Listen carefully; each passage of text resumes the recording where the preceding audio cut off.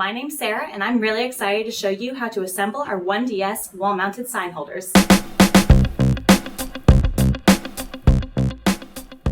I'm going to be showing you how to mount these double-sided navigational signs to the wall.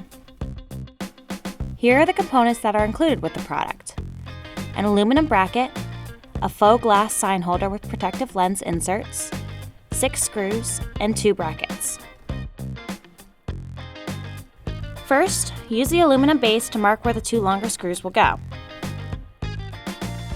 We recommend using a drill to prepare these marks, then removing the screws and using a normal Phillips head screwdriver to mount the base manually.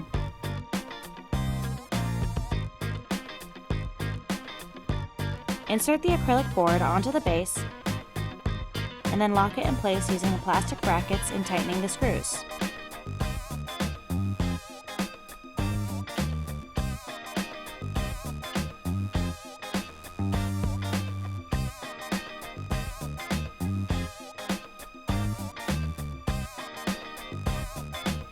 If you haven't already inserted your graphics, now is the time. And now you can display your navigational instructions in style.